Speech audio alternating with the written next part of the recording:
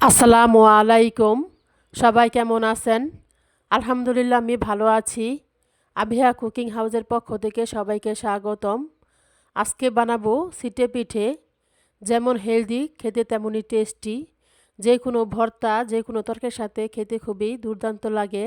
ছোট বড় সবাই এটা খেতে পারবে, এতটাই টেস্টি হয়।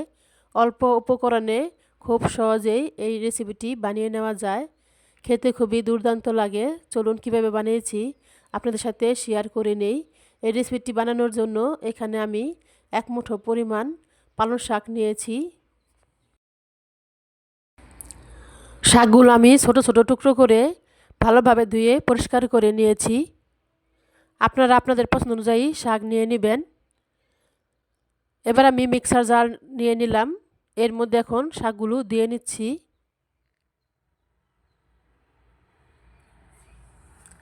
এবার এর মধ্যে দিয়ে দিব 2টা কাঁচামরিচ, আর দিয়ে দিব 1 টুকরো আদা, আর দিয়ে দিব কিছু ধনেপাতা কুচি।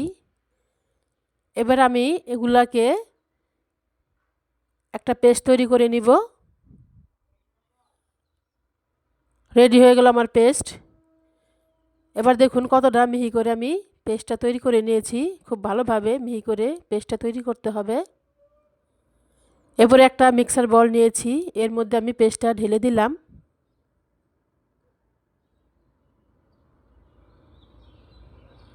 এবার জারটা ধুয়ে আমি অল্প পানি দিয়ে দিব।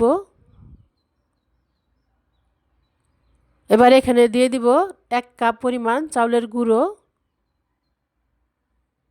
দিয়ে দিব স্বাদ অনুযায়ী লবণ,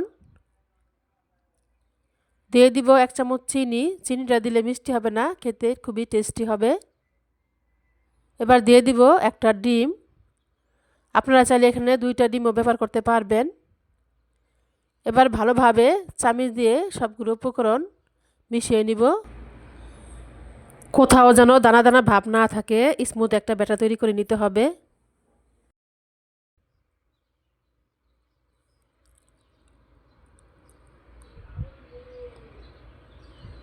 দেখুন কিভাবে আমি মিশিয়ে নিয়েছি, একদম স্মুথ একটা ব্যাটার তৈরি করে নিয়েছি। বেশি ঘনও হবে না, বেশি পাতলাও হবে না, পাতলা থেকে একটু ঘন হবে। দেখুন কতটা ঘন করে গুলিয়ে নিয়েছি। এবার এটাকে আমি ঢাকনা দিয়ে 5 মিনিট রেস্টে রেখে দিব। 5 মিনিট পর আমি চুলায় প্যান বসিয়ে প্যানটা গরম করে নিয়েছি। এর মধ্যে হালকা তেল ব্রাশ করে নিচ্ছি। এখানে বেশি তেল দেওয়ার কোনো প্রয়োজন নেই, অল্প তেল দিলেই হয়ে যাবে। মিডিয়াম লো আঁচ রেখে হাত দিয়ে চারদিকে ছিটিয়ে ছিটিয়ে পিঠাটা তৈরি করে নিতে হবে। দেখতেই পাচ্ছেন আমি কিভাবে পিঠাটা বানিয়ে নিচ্ছি। অল্প অল্প করে নিয়ে ছিটিয়ে দিতে হবে, খুব সুন্দর একটা পিঠা তৈরি হয়ে যাবে। এবার এটাকে আমি ঢাকনা দিয়ে 1 মিনিটের মতো রেখে দিব।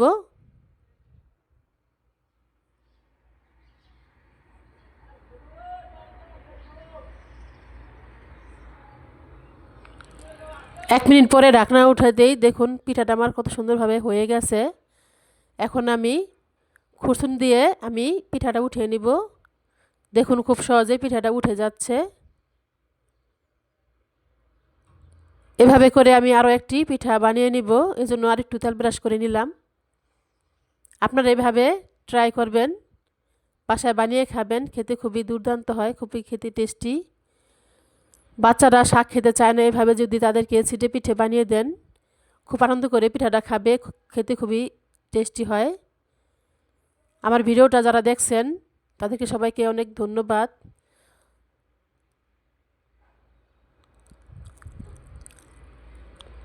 আমি আবারও পিঠাটা উঠিয়ে নিচ্ছি। এভাবে করে আমি সবগুলো পিঠা বানিয়ে নিব। দেখুন আমার সবগুলো পিঠা বানানো হয়ে গেছে। আমার আজকের রেসিপিটি কেমন হয়েছে অবশ্যই কমেন্ট করে জানিয়ে দিবেন। ভালো লাগলে একটা লাইক, একটা সাবস্ক্রাইব করে দিবেন। খুব সুন্দর একটা পিঠা আপনাদের সাথে শেয়ার করে নিলাম। খেতে খুবই দুর্দান্ত হয়, আপনারা এভাবে বানিয়ে খাবেন। একঘেয়ে রুটি না খেয়ে এভাবে ছিটে পিঠে বানিয়ে খাবেন, খেতে খুবই টেস্টি হয়। আসসালামু আলাইকুম। সবাই ভালো থাকবেন। আল্লাহ হাফেজ।